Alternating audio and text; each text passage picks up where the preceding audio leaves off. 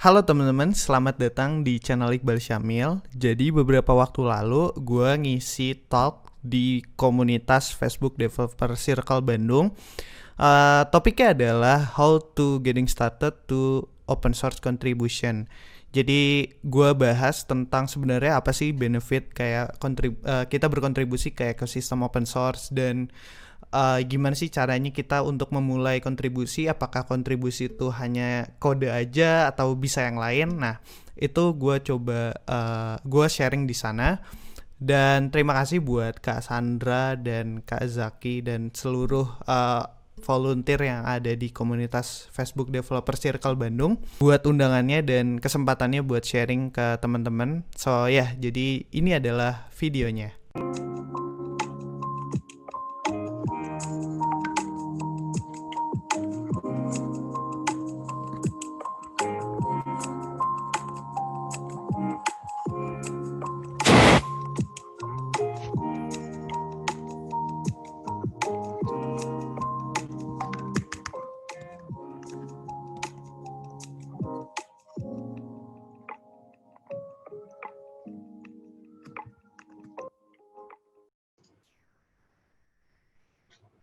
Halo teman-teman semuanya, selamat malam.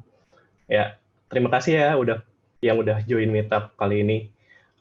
Sebelumnya mungkin yang belum kenal, perkenalkan nama aku Zaki, salah satu lead di Devsi Bandung. Nggak kerasa, tapi ini udah meetup online Devsi Bandung yang kelima. Nah, di meetup kali ini tuh kita akan bahas soal open source. Ini juga bertepatan dengan salah satu event Devsi Global yang nantinya juga aku akan jelaskan lebih lanjut. Nama eventnya itu Devsi Open Source Immersion. Ya, jadi sebenarnya Developer Circle itu apa sih? Jadi Developer Circle itu adalah sebuah program dari Facebook untuk membangun komunitas developer di seluruh dunia untuk biar kita tuh bisa saling sharing knowledge dan informasi dan kolaborasi satu sama lain. Devsi ini adalah Global Network of Local Communities. Nah, di sini bisa dilihat sendiri, Devsi itu ada di 170 circle di 76 negara. Dan kayaknya ini angkanya belum diupdate dari beberapa waktu lalu, jadi harusnya udah lebih dari ini.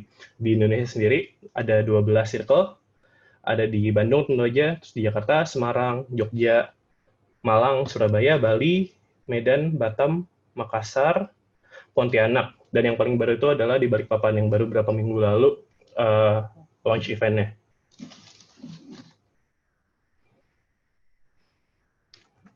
Nah, kita juga include developer dari semua stage. Jadi buat teman-teman yang baru pertama kali nyobain programming atau developer yang masih baru, nggak perlu takut untuk join Devsi.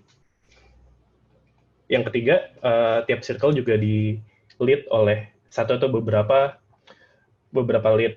Kalau Bandung sendiri, lead-nya adalah aku dan Sandra. Dan yang terakhir, Devsi ini disupport langsung oleh Facebook. Nah, objektif Devsi itu sebenarnya ngapain sih? Ya, pertama tentu kita ingin educate teman-teman dengan berbagai tools dan tutorial. Kita di Devsi Bandung sendiri juga pernah ngadain beberapa kali workshop, dan dari Devsi Globalnya sendiri juga pernah ngadain 2 kali training course di bidang web development, data science, dan deep learning. Yang kedua, kita juga mau jadi platform buat enable teman-teman sharing knowledge antar satu sama lain. Yang terakhir, tentunya dengan semua itu, tujuannya kita bisa empower teman-teman untuk jadi developer yang lebih sukses dan berkembang lagi. Nah, tadi soal Devsi secara umum, nah di Bandung sendiri tadi udah aku bilang, lead-nya ada 2 orang, ada aku dan Sandra, tapi kita nggak cuma berdua, tapi kita dibantu oleh banyak volunteer di event-event kita. Dan untuk seri meetup online ini, aku mau shout out ke Ismail dan Acep yang udah bantuin banyak banget di 5 meetup online terakhir ini. Walaupun nggak kelihatan, tapi mereka ngebantu banyak banget di balik layar. Nah, mungkin teman-teman yang di sini nontonnya juga langsung dari grup Facebook Devsi Bandung ini kan. Tapi mungkin buat teman-teman yang belum join, karena ini videonya juga publik kan, langsung aja join grupnya, atau misalnya kalian ingin join grup DevC lain, misalnya Jakarta atau Semarang, kalian bisa tinggal ganti aja kotanya. Search aja Facebook Developer Circle Semarang atau Jakarta gitu. Kita di DevC Bandung sini udah hampir 3.000 member. Dan hari ini kita akan bahas gimana caranya contribute ke open source buat teman-teman yang mungkin belum pernah. Di sini yang bawain talk hari ini adalah Iqbal Syamil, salah satu organizer di Kubernetes and Cloud Native Bandung. Iqbal ini juga pernah jadi salah satu pemateri untuk workshop Docker di DevC Bandung sekitar akhir tahun lalu. Jadi mungkin langsung aku welcome aja Iqbal. Halo Bal.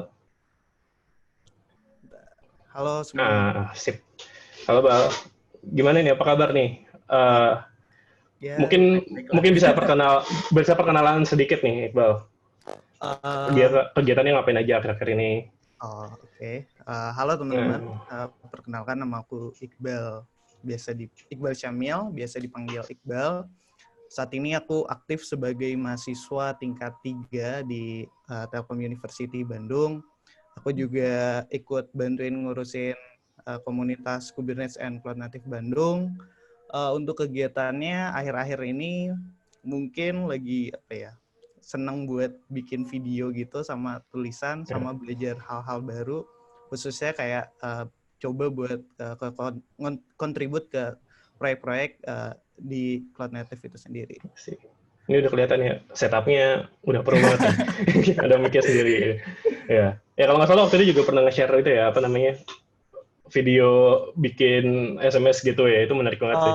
Iya. Ya, pernah share itu kan di grup DevC kan. Iya. Oh ya, mungkin aku penasaran nih, masih kuliah kan, bahkan baru tingkat 3 kan. Gimana caranya sih bisa bisa kecemplung sampai jadi organizer Kubernetes and Cloud Native juga? Ya padahal kan masih kuliah kan. Sebenarnya sih kalau jadi kenapa awalnya dari niatnya itu sendiri, jadi aku udah make produk dari open source itu dari pas zaman aku masih di bangku SMK. Nah terus aku pengen kontribut ke sana, tapi aku nggak ngerti sama sekali caranya itu gimana sih. Sampai pada saat masuk ke bangku kuliah tuh aku baru ngerti ternyata cara kontribut ke komunitas tuh, ke open source itu sendiri tuh caranya kayak gini loh. Nah dari situ tuh aku kayak nge-trace back lagi. Jadi dulu aku sampai sekarang sih masih freelance, dan rata-rata proyekku itu dikerjain pakai produk-produk yang dari ekosistem open source ini itu sendiri. Nah, aku tuh ngerasa kayak aku pengen give back to the community gitu. Apa yang udah aku dapetin, jadi aku pengen mungkin nge-encourage. Jadi mungkin banyak orang-orang yang seperti aku dulu, dan untuk sekarang aku coba buat ngebantu mereka untuk ya salah satunya untuk berkontribusi ke dalam ekosistem ini.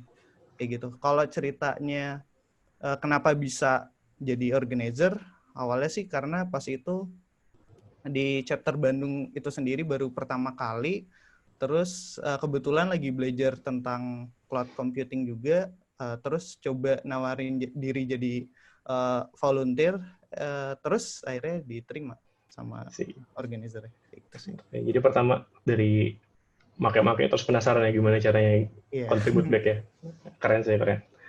Ya udah mungkin langsung aja kali ya, Iqbal bisa sharing. Oh ya, sebelum mulai aku mau ngingetin lagi, jadi buat teman-teman yang ada pertanyaan bisa langsung di komentar di sini aja, dan bisa nanya apapun, baik tentang open source secara general ataupun tentang event yang open source immersion yang tadi aku ceritain.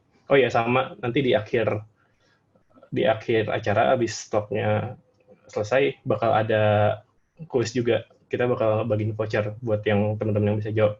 Dan kemungkinan pertanyaannya ada di salah satu materi yang disampaikan Iqbal nih. Jadi, biar Martin juga. Oke, kalau gitu langsung aja deh. Iqbal bisa mulai sharingnya. Oke, sip. Sip, udah. Tes, kelihatan? Udah. Oke. So ya, mungkin kita mulai. Halo teman-teman, perkenalan nama aku Iqbal. Seperti yang udah aku mungkin tadi kita udah perkenalan. Jadi saat ini aku mahasiswa tingkat 3 di Telkom University dan juga co-organizer di komunitas Kubernetes and Cloud Native Bandung. Nah, kali ini kan kita pengen ngomongin bagaimana sih caranya kita memulai kontribusi pertama kita ke dalam open source. Nah, tapi sebelum mulai, mungkin kita mulai dari yang paling dasar dulu.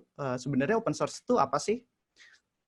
Jadi sebenarnya open source itu adalah sebuah term yang mereferensikan ke sesuatu hal yang orang-orang tuh bisa ngakses, terus modify, dan nge-share karena desainnya itu dapat diakses oleh publik gitu. Nah, open source itu sendiri biasanya proyek-proyeknya itu orang-orang tuh bisa pakai dengan gratis dan mempelajarinya, memodifinya, dan mendistribusikan proyek tersebut dengan alasan apapun. Nah, untuk gratisnya ini sendiri sebenarnya itu diatur di dalam license yang ada di dalam proyek open source-nya itu sendiri. Nah, mungkin tadi penjelasan tentang apa itu open source. Nah, sekarang aku pengen ngasih tahu 3 contoh proyek open source yang mungkin teman-teman udah pada tahu. Jadi ini buat gambaran aja sebenarnya proyek open source itu apa sih? Nah, yang pertama adalah Linux kernel. Jadi Linux kernel ini salah satu proyek open source terbesar yang mana tanpa kita sadarin kita tuh udah make Linux kernel ini dalam kayak kehidupan kita gitu.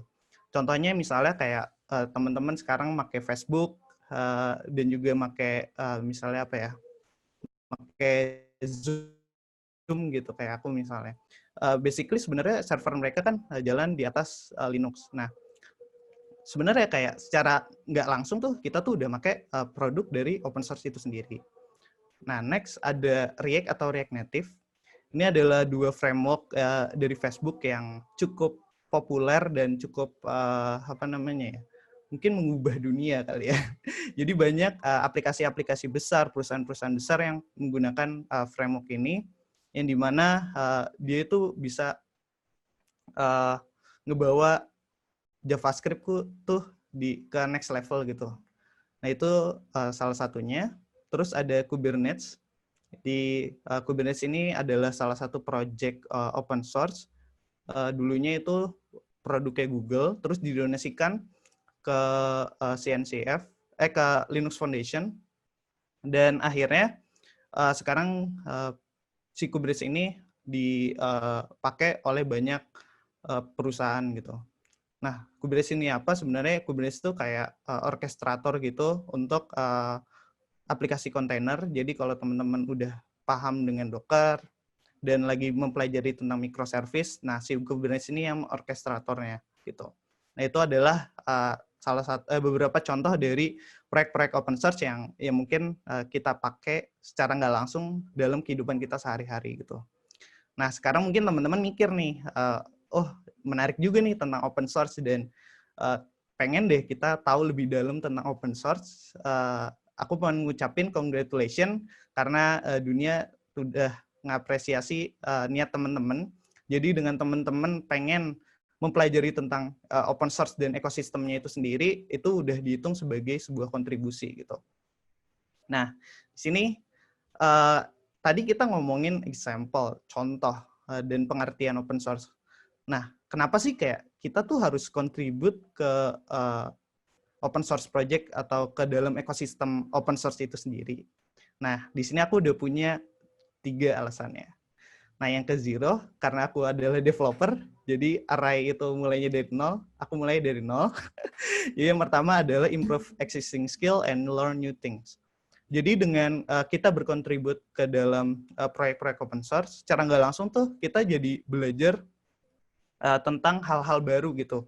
Kayak dulu aku misalnya, aku ngoding aja gitu. Terus pas aku coba buat kontribut ke proyek open source, aku baru tahu yang ternyata kayak aku cuma kontribut bikin satu fungsi aja, itu harus bikin testing dulu gitu. Nah, itu memaksaku untuk belajar dan itu mengimprove skill aku yang dulunya aku cuma asal ngoding doang, sekarang jadi aku benar-benar memperhatikan kode yang aku tulis gitu. Terus juga dulu aku cuma pakai Git itu cuma ya Git add, Git commit, Git push gitu-gitu aja gitu.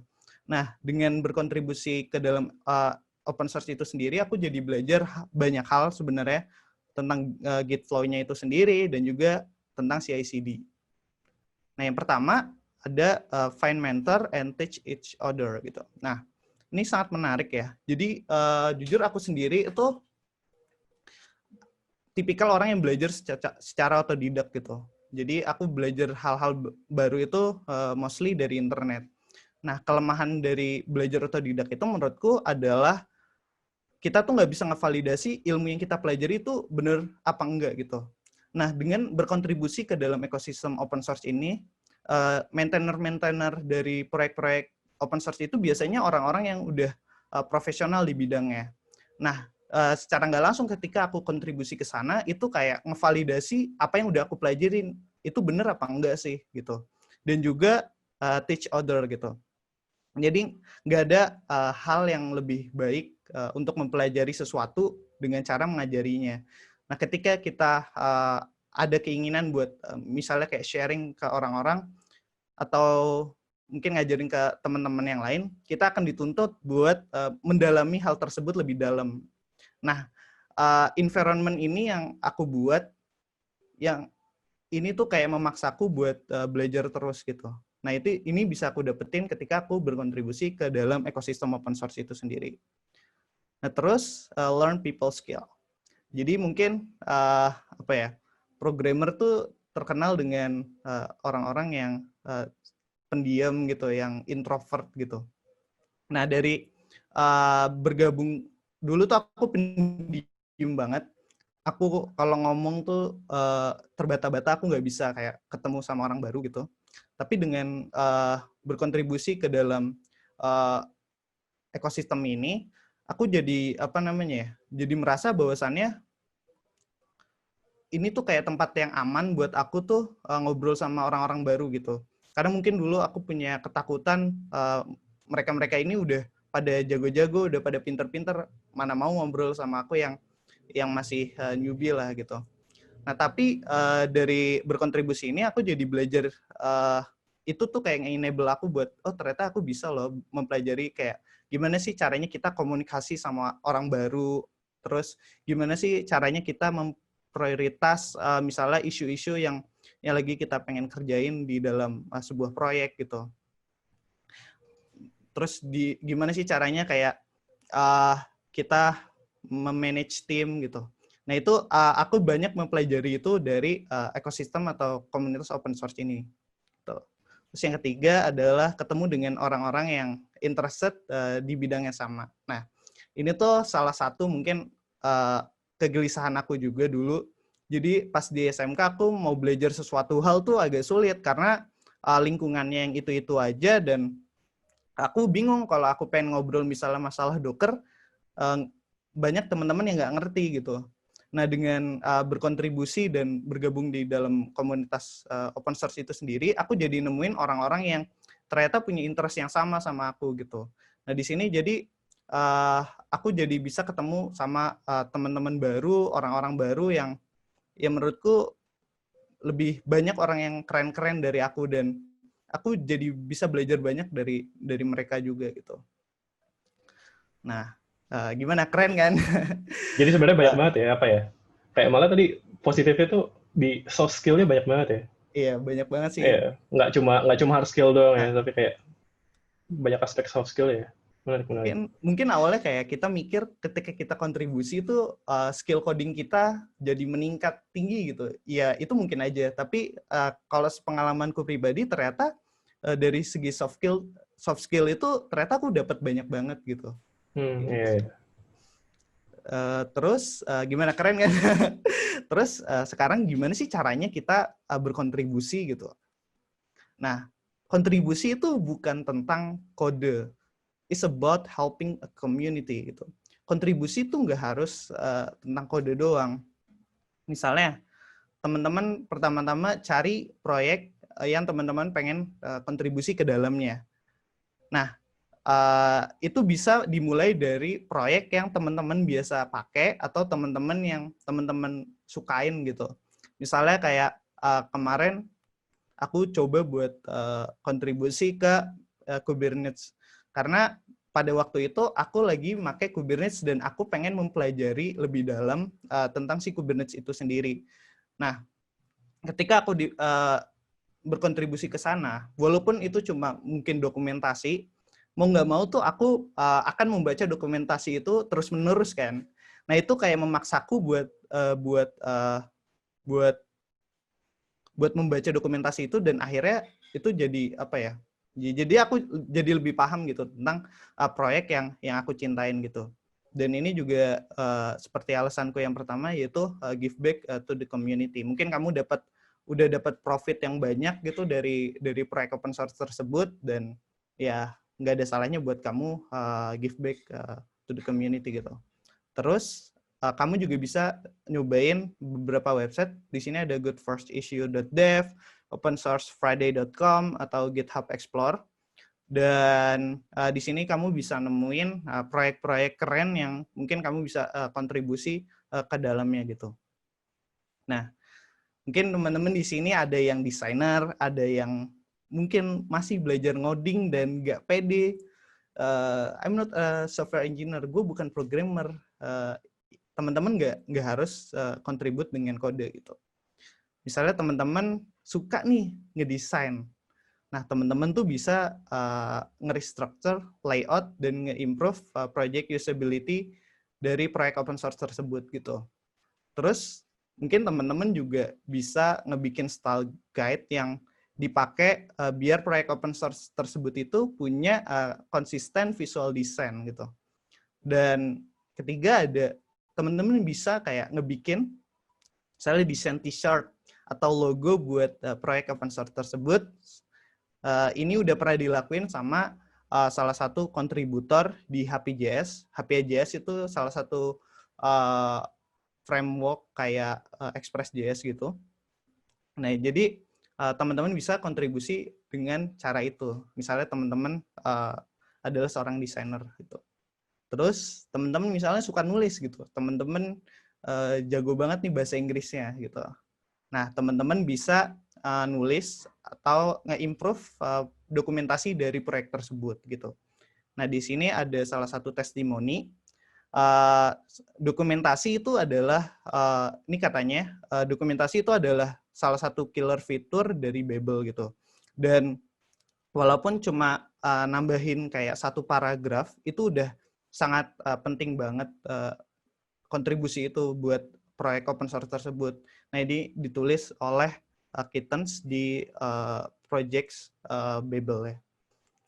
Nah, terus teman-teman misalnya juga bisa ngebikin translation dari proyek open source tersebut gitu. Nah, ini yang kita lakuin di dalam, ini salah satu contoh yang kita lakuin di dalam proyek Kubernetes. Sebenarnya ini udah dilakuin di proyek-proyek yang lain. Jadi kalau nggak salah, Kubernetes ini kemarin kita terinspirasi sama proyeknya Vue.js sama React, yang mana proyek-proyek open source tersebut tuh udah punya translation-nya dalam bahasa Indonesia gitu, dokumentasinya. Nah, ini adalah salah satu isu yang ada. Jadi hari ini kita udah sampai ke tahap keempat, dan di sini ada link YouTube, yaitu ini kayak panduan gitu buat teman-teman berkontribusi ke dalam dokumentasi di proyek Kubernetes. Nah, ternyata kemarin kita dapat laporan pas bulan Maret, ternyata page dari translation bahasa Indonesia itu statsnya itu kira-kira 8.000 view per bulan. Dan kita sampai sekarang udah ngumpulin 60 kontributor dan 150 page yang udah kita translate gitu. Ya, nah, itu aku salah satu usernya juga sih. Oke. Salah satu kontributor kan juga. Pakai belum sih kalau kontributor, tapi membantu sih apa namanya adanya transaksi ini. Oke. Ya, aku salah satu dari 8.000 views per month itu.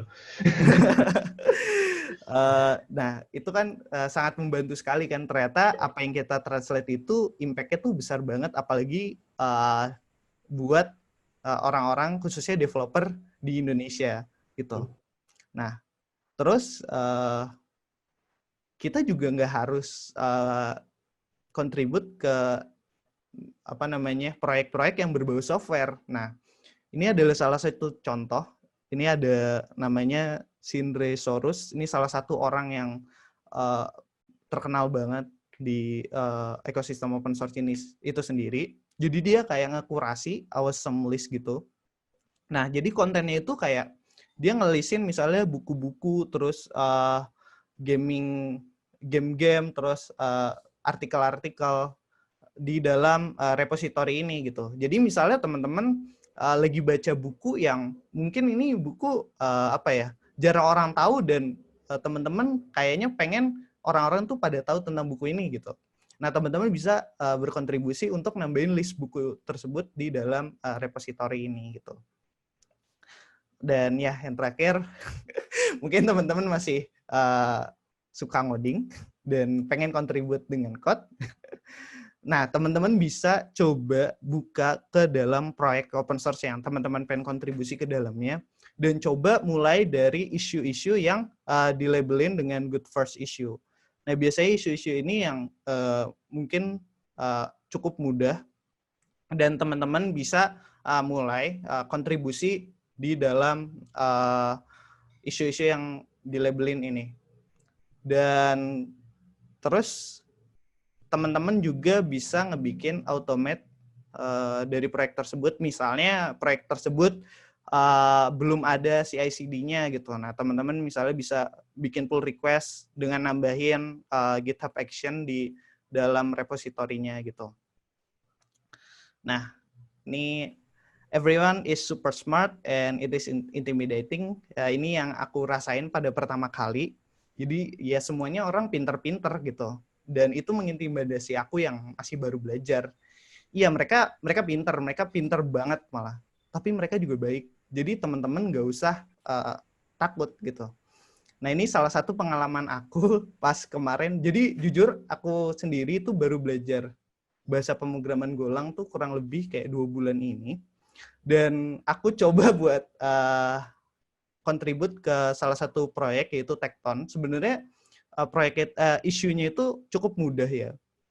Jadi aku disuruh kayak ngebikin helper function gitu.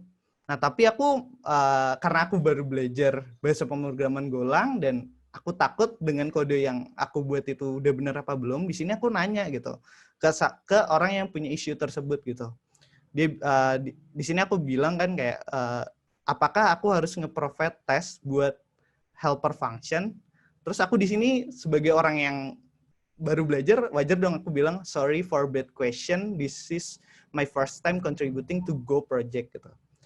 Terus aku nggak nyangka banget balasan dia tuh kayak gimana, no bad question gitu. Nggak ada pertanyaan yang buruk.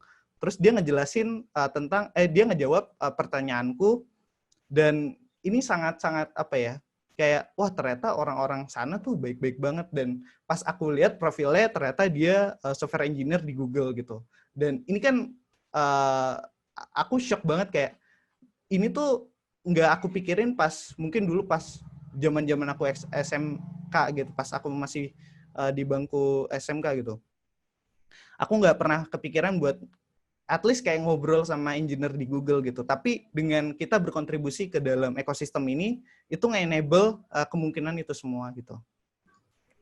Nah, di sini ada... Bentar, soalnya tadi ada pertanyaan yang nyambung ke soal ini sih. Jadi, Mbak Sarah nanya, gimana caranya biar lebih percaya diri ketika kontribut ke open source? Soalnya seringkali katanya ngerasa lebih rendah dari developer yang lain. Ya, mungkin ini bisa bisa ngegambarin ya, kayak ternyata nggak se-intimidating itu kan. Iya. Atau dari Iqbal ada yang bisa ditambah lagi soal ini, gimana caranya biar nggak ngerasa lebih rendah dari developer yang lain? Sebenarnya kalau di dalam sebuah proyek open source itu sendiri ada file yang namanya code of conduct. Jadi kalau dalam bahasa Indonesia mungkin kode etik kali ya.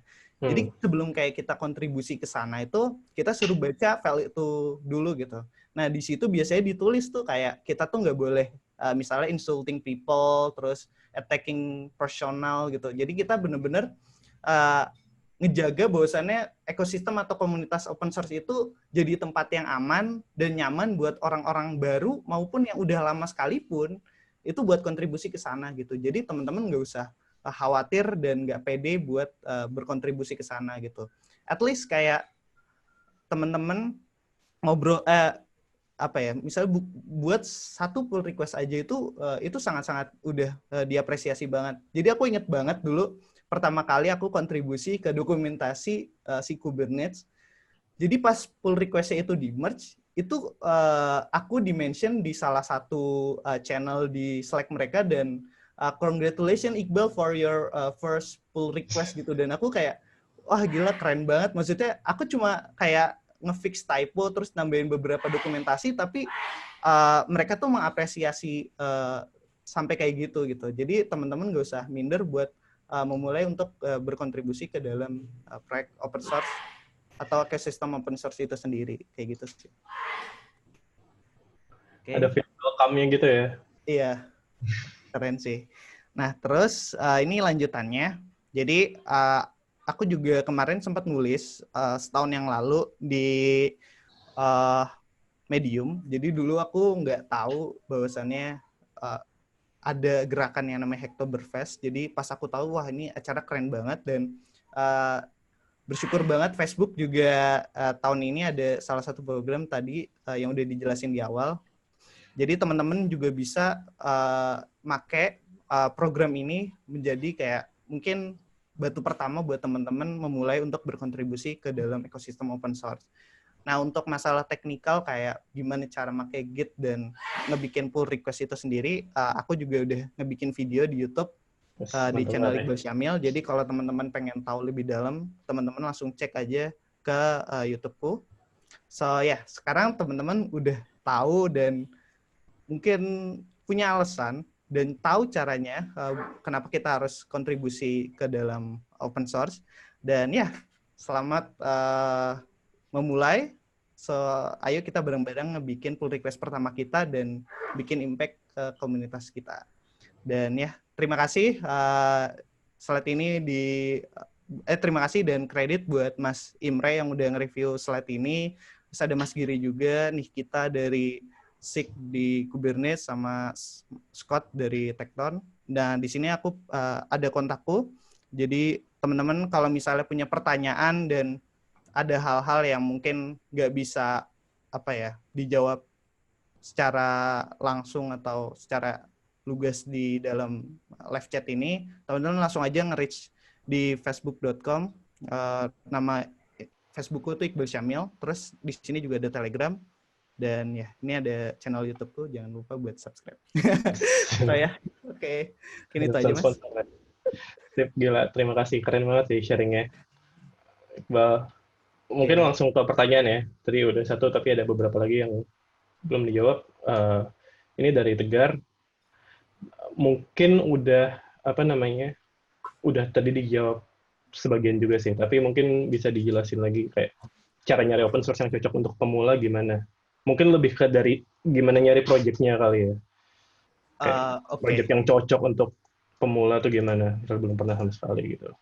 Sebenarnya kalau nyari proyek open source yang baik buat pemula sih, kalau menurutku sih dari proyek yang kita pakai sih, karena itu bener-bener kayak kita kan pakai proyek tersebut tuh hampir kayak misalnya kita pakai setiap hari gitu. Secara nggak langsung kan kayak kita tahu fungsionalitas dari proyek open source tersebut dan kira-kira ada nggak sih yang bisa kita improve gitu. Nah mungkin bisa mulai dari situ.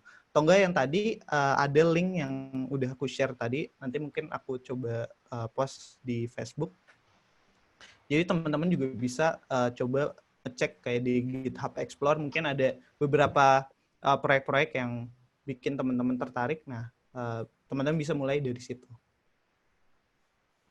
Ya benar sih, berarti dari sesuatu yang kita pakai juga kan. Mungkin tadi Mas Iqbal juga dari ceritanya kan kayak awalnya user terus penasaran gimana cara contribute back ya.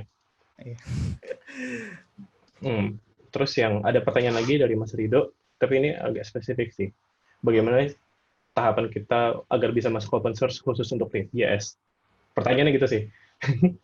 Bentar. Oke, ke React.js ya.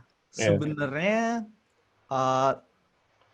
teman-teman tinggal cek ke repository si React.js, terus coba cari label good first issue atau help wanted. Nah, kalau isunya itu biasanya itu cepet-cepetan. Jadi kalau isunya itu belum diklaim, nah teman-teman coba buru-buru klaim kalau emang teman-teman bisa ngerjain isu tersebut. Nah, cara paling mudahnya itu sebenarnya contribute ke documentation dari proyek open source tersebut. Nah, itu seperti yang udah aku kasih lihat tadi, statsnya itu lumayan banget. Jadi mungkin teman-teman bisa mulai untuk berkontribusi dari sana gitu. Ya. Dari Ini kalau dokumentasi. ya ini mungkin aku sekalian ngasih lihat aja ya kalau misalnya ini khusus React. Tadi kan soalnya pertanyaannya juga Oh, React ya. kan. Bisa langsung pertama ya obviously lihat itu ya, lihat di repo-nya kayak gimana kan. Hmm. Terus biasanya ada nih, ini ada section contributing nih. Hmm. Nah, tadi kayak yang udah Iqbal jelasin juga ada code of conduct, ada contributing guide. Nah, ini juga ada good first issues. Dia langsung link bahkan kan. Kayak apa aja isu yang apa namanya yang cocok untuk pemula gitu. Jadi bisa dari sini. Dan ini nggak cuma React doang kan. Maksudnya Iya. Iya, itu biasa itu kayak ini hal yang umum juga kan hal yang buat umum. buat ya. Ya, jadi ini bukan cuma buat React doang, tapi ini applicable buat ya kalau project open source yang udah aktif gitu harusnya kayak gini ada sih. Oke. Bentar, pertanyaan lagi. Oh, ini menarik sih. Ada kira-kira Iqbal tahu nggak? Ini dari Muhammad Ah, Satrio. Ada contoh proyek open source Indonesia yang lagi berjalan atau enggak? eh, aku kemarin sempat ngeliat, jadi kalau nggak salah si Akad, jadi itu kayak sistem informasi buat desa. Jadi itu kalau nggak salah di open source kan, dan itu kayak jadi kayak tiap desa gitu mereka uh, kontribut ke sana gitu. Misalnya kayak ini kayaknya fitur ini kita butuhin di desa kita gitu. Nah itu mungkin teman-teman bisa kontribut ke sana. Kalau nggak salah si Akad apa ya? Bentar. Sistem informasi desa. Informasi desa GitHub. Bukan sih. Open SID, sorry. Open SID ini. Mungkin aku coba share screen kali ya. Ya, boleh-boleh. Nah, ini. Ini adalah salah satu proyek open source yang cukup terkenal. Jadi ini kayak sistem informasi buat desa gitu. Ini aku baru tahu sih, menarik sih ini. Nah, mungkin kalau teman-teman merasa pengen coba dari lingkungan yang mungkin masih orang-orang Indonesia gitu dan belum berani buat ngobrol sama orang luar misalnya, teman-teman bisa coba kontribut ke sini gitu. Nah, di sini banyak banget isu-isunya kayak, dan ini isunya mostly ditulis dalam bahasa Indonesia gitu. Kayak gitu sih. Oke. Menarik. Oke. Terus Mungkin ini aku ada share satu lagi juga ya. Ini udah lumayan lama nggak diupdate sih, tapi bisa kalau teman-teman bisa apa namanya bisa kontribusi ke sini juga boleh. Jadi ini punyanya Mas Riza. oh Ini ya. tuh Mas Riza tuh lead DevC Jakarta. Dia pernah bikin ini. Tadi kan Mas Iqbal sempat nyebutin tentang Awesome kan, Iya. yang list curated list. Nah, ini curated list soal speaker di Indonesia. Jadi kayak ini di apa namanya diurutin by daerah juga. Jadi mungkin kalau teman-teman ada yang tahu orang keren yang apa namanya speaker di tech ya, Iya. speaker di tech bisa bisa juga bikin pull request di sini. Oke. Oke. Terus Ini ada pertanyaan lagi dari Mas Restu. Apa landasan kita berkontribusi ke suatu proyek open source berdasarkan isu yang ada di proyek terkaitkah? Itu tadi ya kayaknya yang mulai dari apa namanya? Mulai dari sesuatu yang kita pakai kayaknya. iya. Sebenarnya kontribusi tuh banyak banget ya Hmm. macamnya. Misalnya kayak kita proyek open source itu baru dan mungkin example code-nya itu nggak ada gitu, dikit gitu.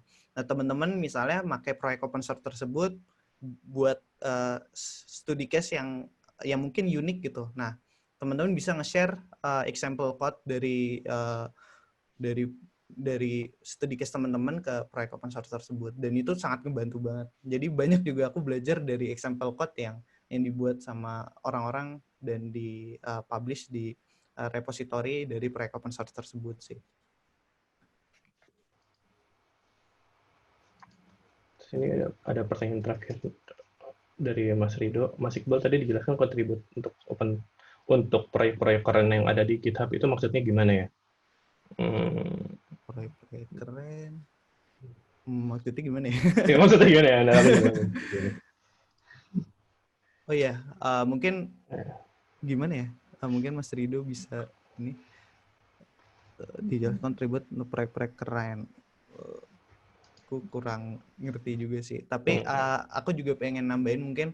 Jadi aku sendiri itu dari mungkin bahasa Inggrisku tuh dulu tuh masih belepotan banget gitu. Nah, dengan aku berkontribusi ke dalam ekosistem ini tuh, aku jadi kayak punya lawan bicara gitu loh buat kayak latihan buat misalnya dari segi penulisan dan cara ngobrol sama mereka gitu. Dan ya itu menurutku salah satu alasan yang menarik yang mungkin aku nggak bisa dapetin itu kalau aku nggak kontribut ke sana, dan open source itu nggak enable itu, dan itu nggak, dan aku nggak harus bayar sepeser pun untuk misalnya kayak nyewa mentor atau nge-hire mentor gitu, kayak gitu sih. Jadi banyak side effect yang positif banget ya. Dapat mental gratis, belajar bahasa Inggris gratis. sih mantap sih, mantap. Itu udah sih pertanyaannya. Dari Mas Iqbal mungkin ada yang mau tambah lagi atau udah cukup? Oh bentar, ini mungkin dari Mas Rido itu berkontribusi ke proyek open source besar ya. Nah justru menurutku proyek open source besar tuh kita bisa banyak berkontribusi ke sana gitu. Jadi mulai dari dokumentasi, example code gitu. Nah itu teman-teman bisa mulai coba dari sana gitu. Dan yang tadi kalau misalnya teman-teman nggak jago buat ngoding dan nggak jago buat misalnya dari bahasa Inggris gitu misalnya, ya teman-teman juga bisa coba buat kontribusi kayak mungkin ngebikin maskot buat proyek open source tersebut gitu misalnya, atau bikinin logo gitu, desain swag gitu buat proyek open source tersebut gitu. Dan itu sangat-sangat diapresiasi oleh mereka gitu. Gitu sih. Bisa. Sip. Ya udah, terima kasih banyak ya Mas Iqbal buat sharingnya, keren banget. Thank you. Yeah. Oh ya, tadi jangan lupa abis ini mungkin banyak friend request nih. Tadi soalnya disuruh kalau ada pertanyaan langsung tanya aja rezekinya. Okay. Jangan lupa di subscribe juga ya. Oke. Channelnya Iqbal di YouTube. Tapi aku juga udah nonton beberapa sih videonya, keren-keren sih. Thank you. So, oke. Mungkin aku ini ya, stop video ya. Oke. Sip, kalau gitu sekian meetup ke-33 kali ini. Ya udah 33 meetup aja. Meetup ke-33 atau meetup online yang kelima. Sekali lagi terima kasih buat teman-teman yang udah pada join. Jangan lupa habis ini ikutan program DevC Open Source Immersion-nya dan mulai cari-cari project buat contribute open source. Udah dibilangin Iqbal juga kan tadi, kalau misalnya banyak banget manfaatnya, nggak cuma dari segi hard skill, tapi banyak banget sih soft skill yang bakal ke-improve secara sendirinya. Oke, sekian dulu meetup ke-33 ini. Sampai jumpa di meetup ke-34 berikutnya. Terima kasih.